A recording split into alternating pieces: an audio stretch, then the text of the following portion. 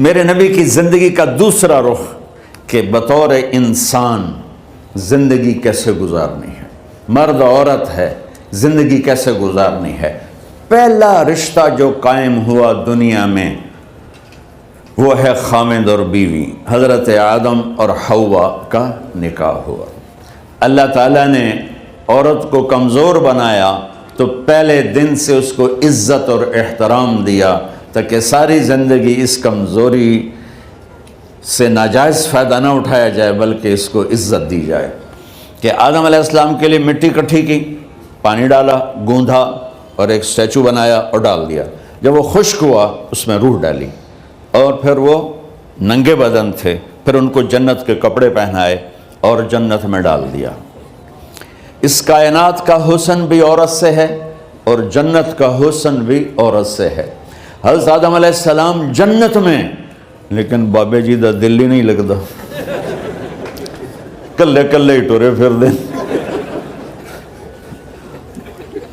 اب اللہ نے عورت کو بنانے کا ارادہ کیا تو اللہ ایک ڈھیر مٹی کا اکٹھا کر کے عورت کے لیے بھی بنا دیتا اور اس کا اسٹیچو بنا دیتا اور اس کو خشک ہونے دیتا، پھر اس میں روح ڈالتا، پھر اس کو کپڑے پہناتا۔ آپ حیران ہوں گے، سبحان اللہ، اللہ نے ایسا نہیں کیا۔ آدم علیہ السلام سوئے، آنکھ کھلی تو دیکھا ایک خوبصورت حسین عورت۔ یہ بات اکثر لوگوں کو معلوم ہوگی کہ یوسف علیہ السلام دنیا کے حسین ترین انسان تھے، اور یہ بات شاید کسی کو معلوم نہیں ہوگی کہ دنیا کی سب سے حسین خوبصورت عورت حضرت حوا ہے۔ حوا جن پر بڑھاپا آیا ہی نہیں، 1000 سال کے قریب زندگی گزاری، بڑھاپا نہیں آیا۔ حضرت آدم اور حوا قریب قریب عمر تھی۔ حضرت آدم کی عمر تو کتابوں میں مل جاتی ہے 1000 برس، لیکن حضرت حوا کی عمر کتنی تھی یہ کہیں پڑھنے کو ملا نہیں، اس لیے میں اندازہ کرتا ہوں کہ قریب قریب ہوگی۔ بڑھاپا نہیں آیا، بیماری نہیں آئی، اور حضرت حوا کو مینسز بھی نہیں آتے تھے۔ یہ عجیب بات آپ کو بتاؤں، اللہ نے اتنا جنت کا ان کے اندر نمونہ رکھا۔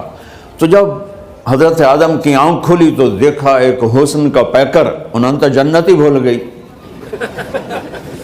کہنے لگے یا اللہ ہن دل ٹھریا جا یا اللہ کون ہے؟ کہ تیری بیگم۔ کہ واہ جی واہ، موجاں ہی موجاں۔ تو اللہ تعالیٰ نے نکاح پڑھایا۔ سبحان اللہ، اپنے نبی کی شان دوبارہ سنو۔ تو اللہ نے کہا آدم اپنی بیگم کا مہر ادا کرو۔ تو وہ پوچھنے لگے کیا مہر ہے؟ دیکھو ایک بات سنو، مہر کسی کی بیٹی کی قیمت نہیں ہوتی۔ $1 ہو یا $1 ٹریلین ہو، بیٹی کی کوئی قیمت نہیں ہوتی۔ یہ ایک نشان ہے کہ اس بچی پر اب یہ جو خامند ہے وہ موت تک خرچہ اس کے ذمہ ہے، بیوی کے ذمہ خرچہ نہیں ہے۔ خامند کما کے لائے گا اور اپنی بیگم کو کھلائے گا، اور بیوی گھر کی ذمہ داری نبھائے گی۔ تو خیر وہ الگ بات چلی جائے گی۔ اللہ تعالیٰ نے کہا کہ مہر ادا کرو۔ کہا جی کیا مہر ہے؟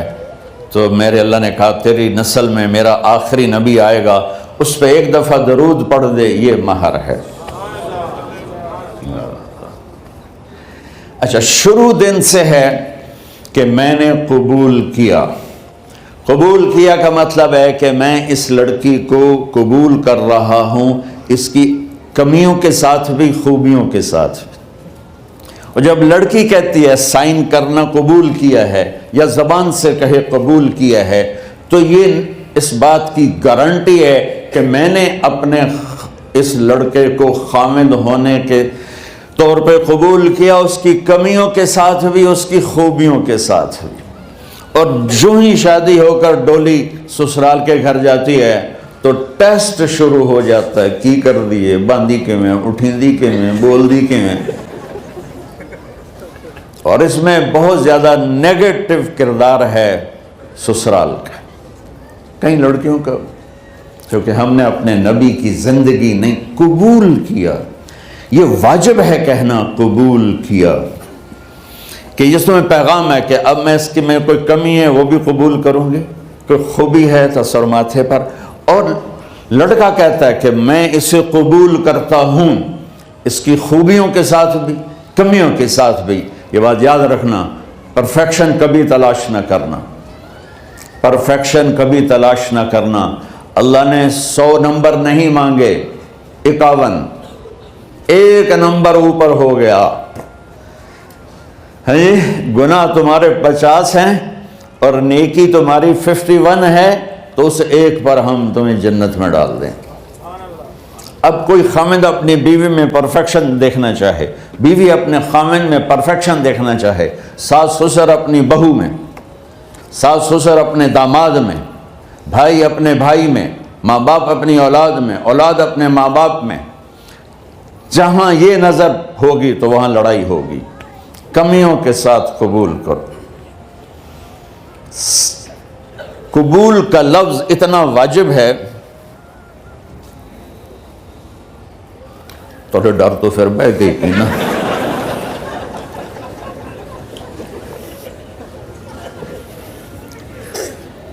قبول کا لفظ اتنا ضروری ہے کہ اس کے بغیر نکاح ہی نہیں ہوتا. میں یہ کئی جگہ لطیفہ سنا چکا ہوں، اور واقعی قصہ بھی ہے، ایسے لطیفہ نہیں ہے. میرے دوست ہیں، ذمہ دار ہیں اچھے، تو ان کے گاؤں کا ایک بچہ چھوٹی عمر میں بسوں پہ جا کے نا وہ جاب پہ لگ گیا. تو اس کا کام ہوتا ہے بس کو صاف کرنا، ڈرائیور کو چائے پلانا، اور جہاں کہیں رش ہو تو اس کو ڈائریکشن دینا، استاد جی کٹ لو، استاد جی آن دیو، استاد جی جان دیو. تو یہ اس کا محاورہ بن جاتا ہے. اب اس کا نکاح ہوا تو مولانا صاحب نے کہا بھائی عبد الرحمن، میں فرضی نام لے رہا ہوں، نام مجھے اس کا یاد نہیں، عبد الرحمن زینب بنت اسلم نو تیرے نکاح دیتا 500 مہر تو قبول کیتا؟ تھوڑی دیر سوچ کے کہندا جی آن دیو. اس نے ساری زندگی آن دیو ہی سیکھا تھا. تو اس کے بھائی نے اس کو کوئی نہیں ماری تو کہنے لگا جی جان دیو. مولانا صاحب نے کہا آن دیو جان دیو نال کم نہیں بننا. تو آگا میں قبول کیتا.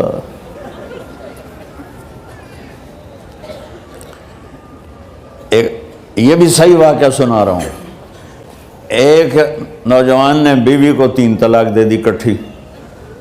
اب ہو گیا پریشان، مولانا صاحب کے پاس گیا، کوئی میرے جیسا ہوگا. مولانا صاحب 3 طلاق دے بیٹھا، کوئی مسئلہ کا حرام؟ کہا جی کوئی رستہ حرام، کوئی گنجائش حرام. اس نے جیب سے موٹا سا لفافہ نکالا اور مولانا کے جا نماز کے نیچے ڈال دیا. کہ مولانا صاحب کوئی گنجائش؟ کہ ہوں تو سوچنا ہی پوے. کی آکھیا یہ تو اپنی بیگم نو؟ اس آکھیا جی میں آکھیا ہی تین 3 طلاق. اس آکھیا مبارک ہوئے طلاق نہیں ہوئی. میں آکھیا جی او کیوں ہے؟ آکھیا او جڑا یہ طلاق ہے عربی دا لفظ، اس سے چاکھنا پمدا ہے طلاق.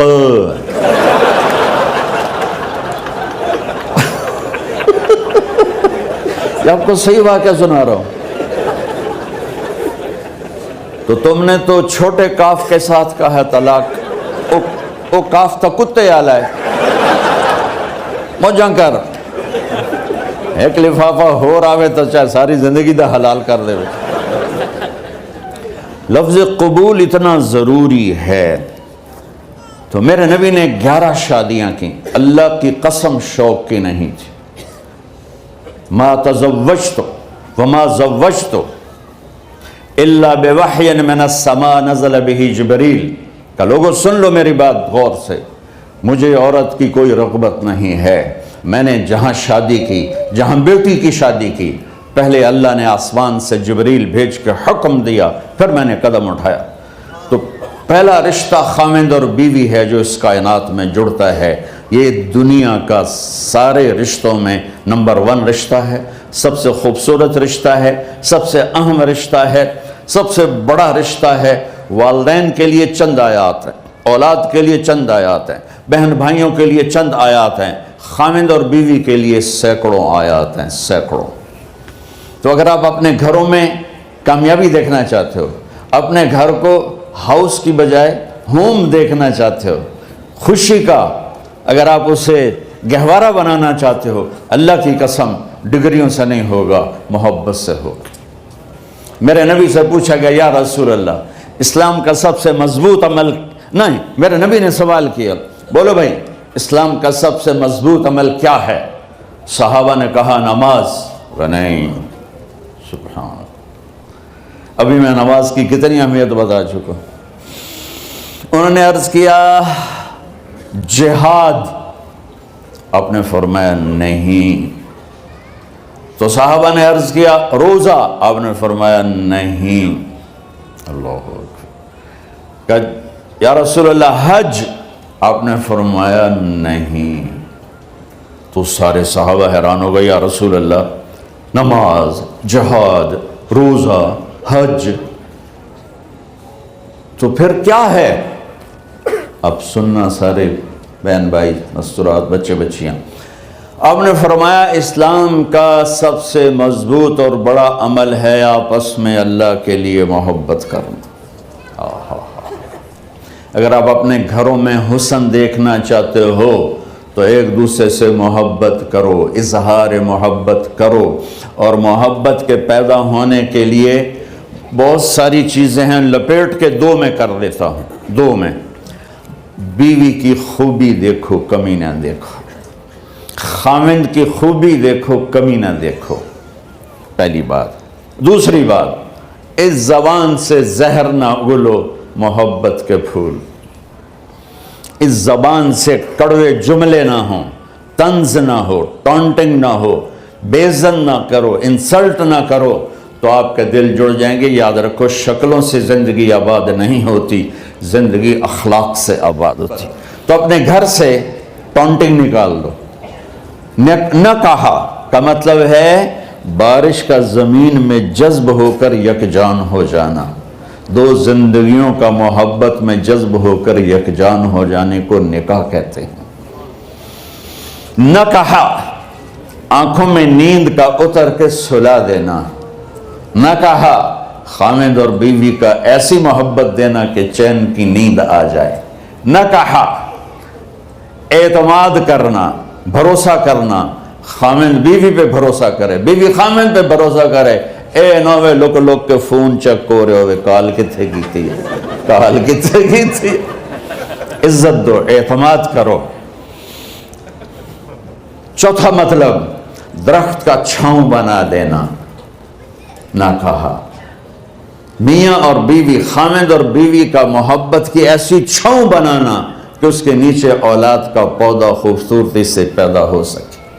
نہ کہا، صرف لفظ لکھا کے مطلب بتا رہا ہوں، نہ کہا مریض کو، کدھر ڈاکٹر بیٹھے ہیں، میرے سامنے بیٹھے ہیں، مریض کو دوا ایسی دینا کہ وہ شفا یاب ہو جائے، آپس کے ایسے تعلق بنانا کہ زندگی کو شفا مل جائے۔ میرے بھائی بہنوں، میں آپ کو اپنے نبی کی زندگی بتا رہا ہوں۔ میرے نبی نے 11 شادیاں کی، اللہ ذوالجلال کی قسم، صرف ہمیں زندگی سکھانے کے لیے کہ گھر کی زندگی کیسے ہوتی ہے اور اولاد کو کیسے پالا جاتا ہے۔ اب لوگ کیا مجبوریاں ہیں کہ عورت بھی جاب کرتی ہے، مرد بھی جاب کرتا ہے۔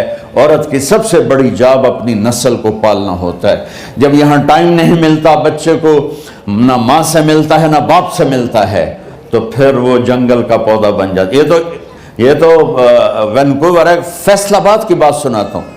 میرے بچے جس اسکول میں پڑھتے تھے ان کے پرنسپل سے میری دوستی تھی، میں ملنے گیا ایک دن، تو کہنے لگے جی عجب واقعہ ہوا ہے کہ یہاں 2 بچے پڑھتے ہیں، ان کی ماں بھی ڈاکٹر ہے اور باپ بھی ڈاکٹر ہے، تو وہ دونوں آئے ہیں میرے پاس کہ ہمارے بچوں نے 3 دن ہو گئے ہیں گھر میں کھانا نہیں کھایا، تو ہم پریشان ہیں، ہمیں بتاتے نہیں، کائنڈلی آپ پوچھ کے بتائیں کہ وہ کھانا کیوں نہیں کھا رہے۔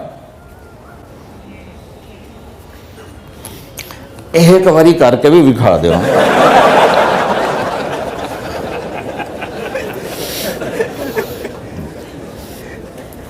ہمارا دین اتنا خشک نہیں، ہمارے مولوی صاحبان نے زیادہ خشک بنا دیا۔ تو انہوں نے دونوں بچوں کو بلایا.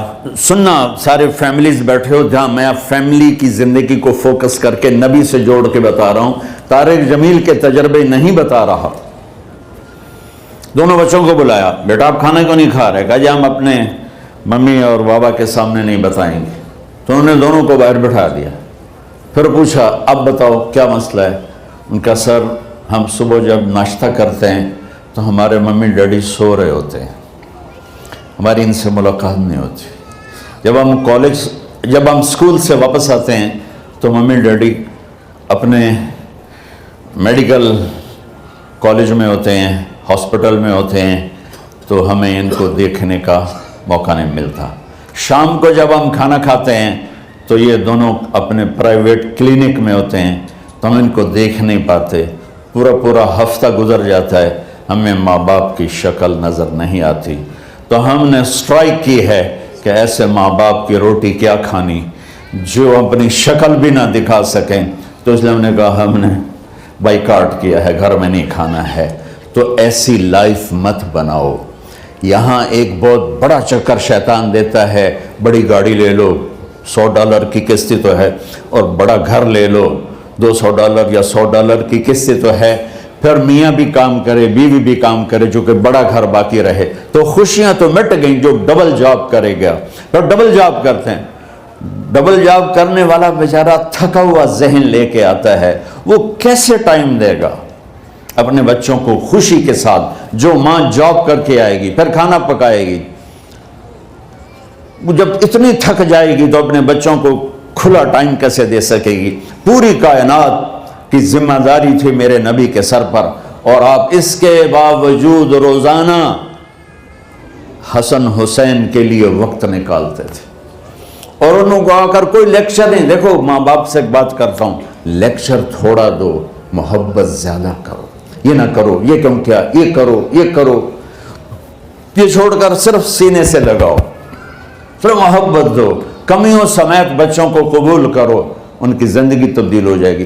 اتنے بڑے نبی, اتنی بڑی ذمہ داری, اور اتنا درد سینے میں کہ آپ کے سینے سے ایسے ابلنے کی آواز آتی تھی جیسے ہانڈی ابلتی ہے. اس کے باوجود آپ روزانہ کہتے ہیں این اللقا, میرے شرارتی بچے کدھر ہیں؟ تو وہ بھاگے بھاگے آتے. دیکھو میں فزیکل کر کے بتاؤں گا تاکہ آپ کو پتہ چلے زندگی کیسے گزاری. کہ میرے شرارتی بچے کدھر ہیں؟ 7 بر اعظم کی ذمہ داری ہے, اور تھوڑی چھوٹیاں جابن, تو تسی کہتے ہو بزی بڑے ہیں, بزی بڑے ہیں. میرے نبی پہ 7 بر اعظم کے انسانوں کی ذمہ داری ہے, اور آخری آنے والے انسان تک کی ذمہ داری ہے. اس سے بڑی جاب کس کی ہوگی کائنات میں؟ اور پھر آپ روزانہ آتے ہیں این اللقا, میرے شرارتی بچے کدھر ہیں؟ تو حسن حسین بھاگے بھاگے آتے. آپ ان کے لیے یوں ہو جاتے تھے, آؤ بھائی میری کمر پہ چڑھ جاؤ. اپنے نبی کی عظمت کو جانو کہ انہوں نے زندگی کیسے سکھائی. چاند کے 2 ٹکڑے کر دینا کوئی معمولی بات ہے, آسمان چیر کے چلے جانا معمولی بات ہے, ایک زندگی سکھا کے جانا سب سے بڑی بات ہے. کتنی اولادیں برباد ہو گئی ماں باپ کی وجہ سے, کتنے گھر اجڑ گئے ساس سسر کی وجہ سے, کتنے گھر اجڑ گئے لڑکی کے بدتمیز ہونے کی وجہ سے, کتنے گھر اجڑ گئے لڑکے کے شرابی اور باہر کی گندگی کی وجہ سے. زندگی سیکھو. یہ اتنے بڑے نبی ہو کر آپ یوں ہو رہے ہیں جیسے میں نے آپ کو کر کے دکھایا. دونوں کو اوپر بٹھا لیتے اور کمرے میں چکر لگاتے تھے, پھر یوں کر کے پوچھتے تمہارا اونٹ کیسا ہے, پھر دونوں کو اتار دیتے اور اپنی نواسی زینب جن کو حضرت علی کی وراثت ملی, کس کی؟ علم کی, فصاحت اور بلاغت کی, ان کو کمر پہ بیٹھا لیتے اور اکیلی زینب کو پورے گھر میں چکر لگواتے تھے. اور بھی دکھ ہیں زمانے میں محبت کے سوا, راحتیں اور بھی ہیں وصل کی راحت کے سوا. کیا صرف کمانا ہی کام ہے؟ ادھار کی زندگی سے بچو, خوش و خرم رہو، اس کو قسط دینی ہے، یہ قسط دینی ہے، یہ قسط دینی ہے، یہ دینی ہے، سر میں درد نہیں ہوگا تو اور کیا ہوگا؟ تو آپ اتنے بڑے عظیم ہو کر وقت نکال رہے ہیں. اور حضرت ابو ہریرہ فرماتے ہیں میری آنکھوں نے دیکھنا سارے کہ آپ نے کبھی حسن کبھی حسین یہاں جیسے مائیں کرتی ہیں ادھر کھڑا کیا ہوا ہے اور جھولا جھولا رہے ہیں ایسے، اور ان کے دونوں ہاتھ پکڑ کر کہہ رہے ہیں آ جاؤ اوپر، آ جاؤ اوپر، آ جاؤ، آگے پہاڑی ہے، اوپر آ جاؤ، آگے پہاڑی ہے. تو ایسے ایسے آتے اور اوپر آؤ، وہ یہاں آ جاتے، آگے آؤ، وہ یہاں آ جاتے، آگے آؤ، وہ یہاں آ جاتے. تو پھر آپ یوں ہو جاتے، آگے آؤ، تو چڑھتے چڑھتے یہاں آ جاتے، یہاں، تو وہ یہاں آ جاتے. تو آپ ان کے ہاتھ فکس کر کے آگے بڑھ کر ان کے ہونٹوں کا بوسہ لیتے اور کہتے یا اللہ میں ان سے پیار کرتا ہوں، تو بھی ان سے پیار فرما. بھائیو اللہ کی قسم پیسے سونے چاندی سے زندگی میں خوبصورتی نہیں آتی، نبی کی غلامی سے زندگی میں خوبصورتی آتی ہے. اتنے بڑے نبی ہیں اور حضرت عائشہ سے کہہ رہے ہیں دوڑ لگائیں. یہاں کسی مولانا سے پوچھو اپنی بیوی سے کبھی کہا اس نے کہ دوڑ لگائیں؟ الٹو سوٹا لے آتے کھل ہو جائے گا. عائشہ دوڑ لگائیں. اور واپسی کہاں سے ہو رہی ہے؟ دوڑ کہاں لگ رہی؟ جہاد کے سفر سے واپسی ہو رہی. اور آپ نے اپنے صحابہ سے کہا سب آگے چلے جاؤ. جب سارے آگے چلے گئے اور کوئی نظر نہیں آ رہا تو آپ نے کہا عائشہ آؤ دوڑ لگائیں. تو حضرت عائشہ کہتی ہم نے دوڑ لگائی تو میں آگے نکل گئی لیکن ابھی پیچھے رہ گئے. کچھ سال گزرے تو پھر ہم سفر سے واپس آ رہے تھے تو آپ نے صحابہ سے فرمایا سب آگے چلے جاؤ. چلے گئے. آپ نے کہا عائشہ دوڑ لگائیں؟ جی لگائیں. کون دنوں میں ذرا موٹی ہو گئی تھی تو پھر اللہ کے نبی آگے نکل گئے، میں پیچھے رہ گئی. تو آپ نے کہا عائشہ ہذہ بتلک، آج تو اور میں برابر